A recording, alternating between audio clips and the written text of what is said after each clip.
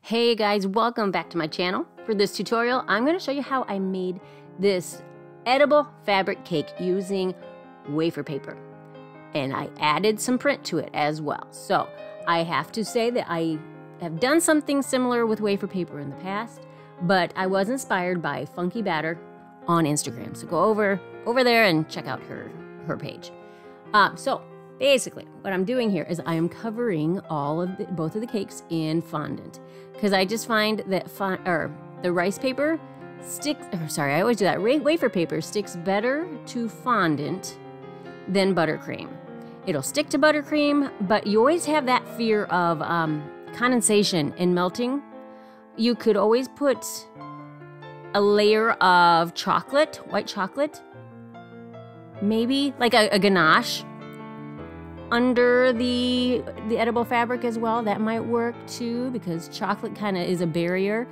I don't know, I haven't tried that. So I'm just sticking with fondant this time. And I had my cakes already crumb coated and final coated with dark chocolate ganache, which is basically just 2/3 chocolate to 1/3 heavy cream, melted together, whisked together, and allowed to cool. That's basically all it is for the dark chocolate. I like the 2-to-1 ratio. And then I set them in the fridge to firm up. And I did 2 coats of the ganache. One was the crumb coat and one was the final coat. So now we have our fondant on. I just draped over the top. I had put a little thin layer of shortening on the cake on top of the ganache to get the fondant to stick. I like to do that because it's a little less commitment than if you were to use water or a simple syrup. You can peel it off and move it if you need to. That's why I like the shortening. So I like to turn it upside down. This time I did it in one sheet instead of doing the paneling. And I don't mind doing that for smaller cakes or not real tall cakes. And yeah, I just turned it upside down to get that crisp edge on the top. And here are my printed sheets of wafer paper. I used edible ink, and I just found an image online that I liked. Try to make sure that you're not using copyrighted images, of course. And what I'm doing here to make this edible paper, I used food grade glycerin mixed with water.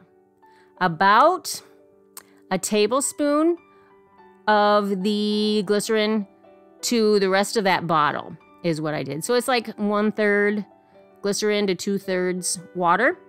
And I just saturated one plain piece of paper, and I'm laying my printed piece on top. I did that to add a little bit more strength to the quote-unquote fabric. You can double up your paper that way. And then I saturated both sides with the glycerin, food grade glycerin and water mixture. I'm just using a brush at this point. You know what? I take all that back. I actually used wafer paper conditioner to stick the 2 pieces together. It's basically the same thing. It adds flexibility to your wafer paper. I'll add all the links in all the recipes in the description of this video. I know I'm kind of tripping over my words, but guys, I do this in one take. I don't actually have a plan on what I'm going to say. Go figure. And then I'm just cutting off those sides. You could do that before you saturate it with your glycerin and water mixture. That would be fine too. Either way works. And then I did a bunch of pieces and I set them aside. I did probably about 8 pieces. Set them aside with some wax paper or parchment paper in between them to let them just kind of sit for a little bit. And I used the cornstarch also on top to keep them from getting sticky. That's the white stuff you saw me put on there. Just cornstarch. It keeps them from being too sticky. And yeah, basically to keep it from getting sticky so that you can work with it. And I just wet down my fondant with some water and my steamer there. It's just a clothing steamer just to get it kind of sticky so that the wafer paper sticks. And you just kind of work with it. You just kind of maneuver it where you want it. Now this is a little bit more commitment since you are doing the wafer paper on the fondant with water. So if you If you need to move it, it's gonna stick on there and you're gonna have to, and I actually did make that mistake on the top tier. I didn't like the way it was going and I tried to peel it off and it kind of sticks a little bit, but that's okay. I got most of it off and I just placed the rest of the fabric on top of it and you can't even tell it's there. And I'm just kind of free forming this. And sometimes to get the pieces to stick together, you need to add a little bit more water because of that cornstarch. Because there's no sticky piece there, you know, like when you're putting it on the fondant, it's sticky. But when you're placing the fabric one piece on top of the other, it's not sticky. So you need to use your steamer to try to kind of remove some of that cornstarch just a little bit.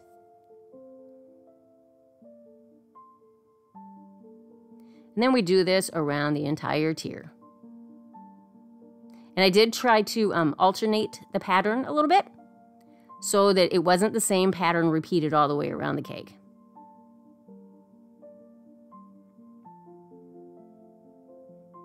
And I'm just kind of draping the extra piece on top. Those pieces there, when they're too long, because I do go back and I cut them off.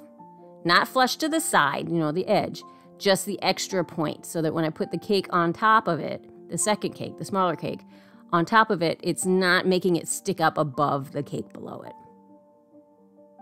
And same for the bottom. I just kind of left the pieces there and then cut them off after I got it all put on there. And I kind of let it set up a little bit. I put it back in the fridge for a little bit, maybe an hour. And so that you're not stretching it out when you're cutting it. Because this edible fabric over time, if it's left in the fridge, will kind of harden up a little bit. Not hard, but it kind of gets a crunchy texture to it. And that makes it easy to take it off if you don't want to eat it. And then for a little extra embellishment, I had some extra pieces of paper and I have this little flower cutter. And I'm just cutting out a bunch of them.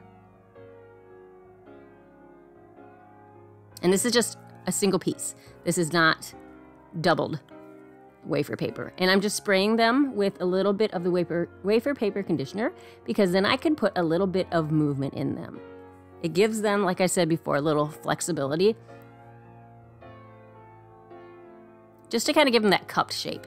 And here's where I went back after I did those flowers and just cut off the excess on the bottom.